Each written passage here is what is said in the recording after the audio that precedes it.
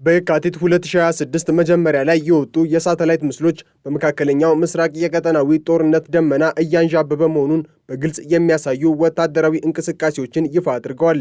የአሜሪካ ጦር በቀጠናው ባሉት ስትራቴጂካዊ የጦር ሰፈሮቹ ላይ ያደረገውን ዝግጅት በተለይም በኳታር የሚገኘው የአሉዴድ የጦር ሰፈር እንቅስቃሴ ዋሽንግተን ለከፋ ወታደራዊ ግጭት ራሷን እያዘጋጀች መሆኗን ያመላክታል ሲል ሮይተርስ ዘግቧል።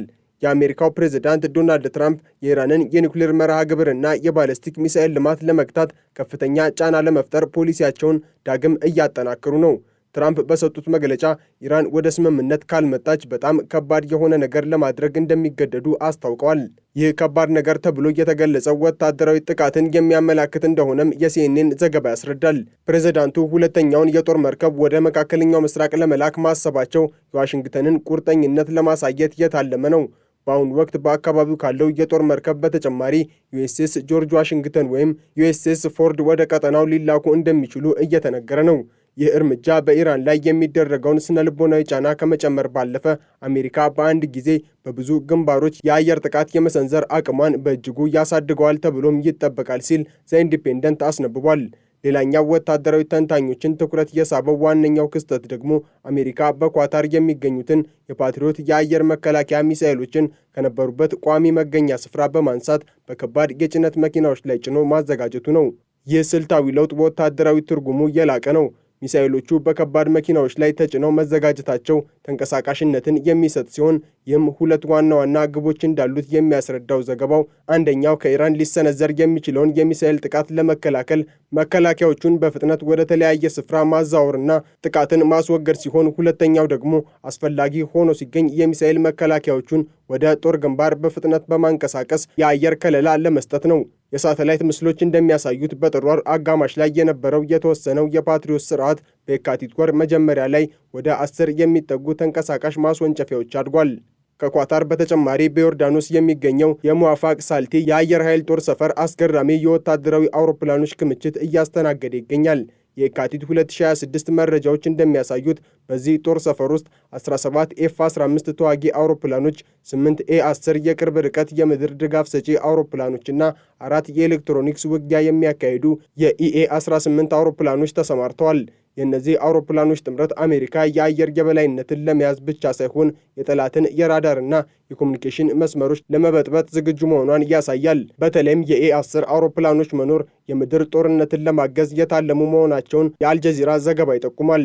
የአሜሪካ ወታደራዊ ክምችት በእነዚህ ሁለት ሀገራት ብቻ አልተገደበም። በሳውዲ አረቢያ የሚገኘው የፕሪንስ ሱልጣን ጦር ሰፈር የሲ-5 እና የሲ-17 ግዙፍ የጭነት አውሮፕላኖችን ቁጥር ጨምሯል። ይህም ማለት ከፍተኛ መጠን ያለው ወታደራዊ ቁሳቁስና የሰው ኃይል ወደ ቀጠናው በፍጥነት እየፈሰሰ ነው ማለት ነው። በኦማን የሚገኘው ዱካን ጦር ሰፈር እና በህንድ ውቅያኖስ የሚገኘው የዴጎ ጋርሻ ጦር ሰፈርም በተመሳሳይ መልኩ የአውሮፕላኖች ቁጥር ጭማሪ አሳይተዋል።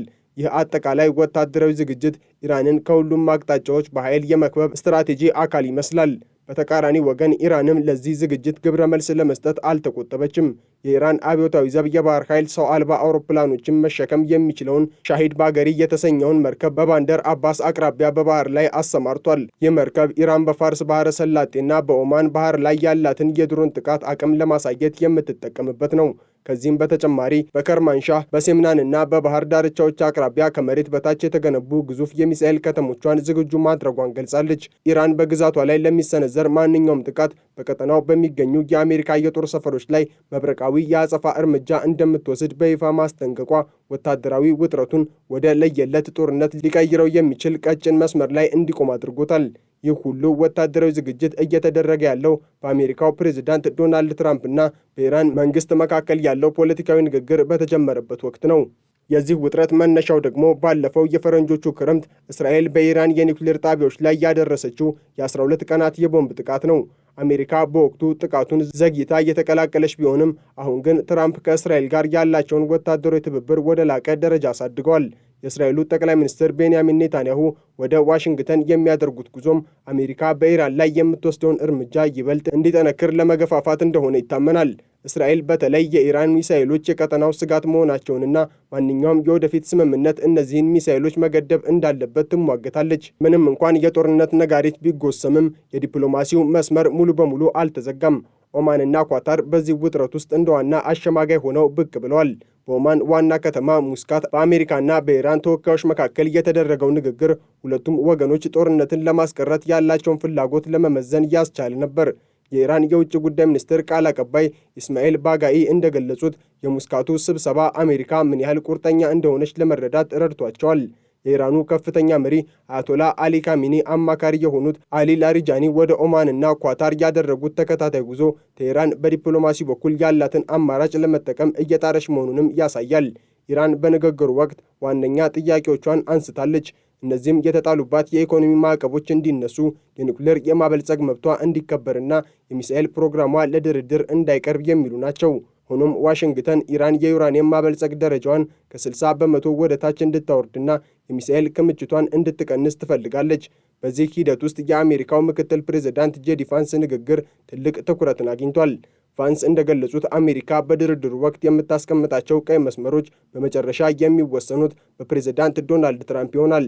ይህ የሚያሳየው አሜሪካ ለድርድር ዝግጁ ብትሆንም ቅድመ ሁኔታዎቿ ግን እጅግ ጠንካራ መሆናቸውን ነው።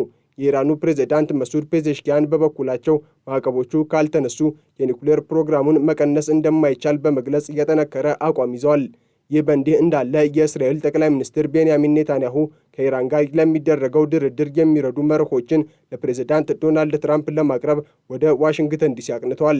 ኔታንያሁ ከመነሳታቸው በፊት እንደገለጹት እነዚህ መርሆች ለእስራኤል ብቻ ሳይሆን ለመካከለኛው ምስራቅ ሰላምና ደህንነት ወሳኝ ናቸው ብለዋል።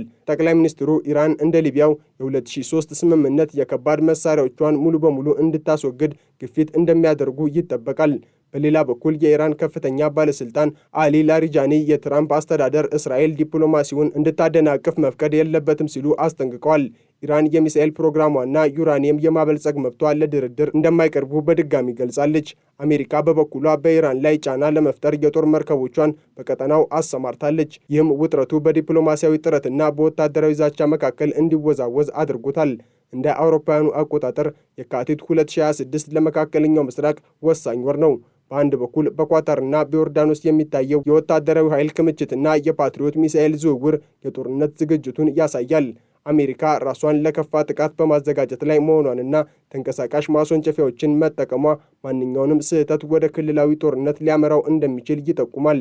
በሌላ በኩል ደግሞ በኦማን በኩል የሚታየው የዲፕሎማሲ እንቅስቃሴ ጦርነትን ለማስቀረት የሚደረግ የመጨረሻው ሙከራ ይመስላል። የኢራን የኒውክሌር ኃይል ማበልጸጊያ ጣቢያዎችና የሚሳኤል ማከማቻዎች በአሁኑ ወቅት በአሜሪካና በእስራኤል የሳተላይት ቅኝት ስር መውደቃቸው ቴህራን ላይ ያለውን ጫና ይበልጥ ያከብዷል። የነዳጅ ዋጋም ከዚህ ውጥረት ጋር ተያይዞ መዋዠቁ የቀጠናው አለመረጋጋት በዓለም አቀፍ ኢኮኖሚ ላይ ያለውን ተጽዕኖ ያሳያል። በመካከለኛው ምስራቅ ያለው ወቅታዊ ሁኔታ የጥበቃና የዝግጁነት ምዕራፍ ላይ ይገኛል። የአሜሪካ ጦር ሰፈሮች በከፍተኛ ዝግጁነት ላይ ናቸው። ኢራንም የሚሳኤል አቅሟን ታሳያለች። ዲፕሎማሲው ስምምነት ላይ ሊደርስ ካልቻለ የቀጠናው ወታደራዊ አሰላለፍ የሚያሳየው ጦርነት የማይቀሬ ክስተት ሊሆን እንደሚችል ነው። የዓለም ዓይን አሁን በዋሽንግተንና በቴህራን ላይ አርፏል። የሚወስዱት ቀጣይ እርምጃዎች ወይ ሰላምን ያመጣሉ ወይም መካከለኛው ምስራቅን ወደማይወጣበት ቀውስ ውስጥ ይከቱታል።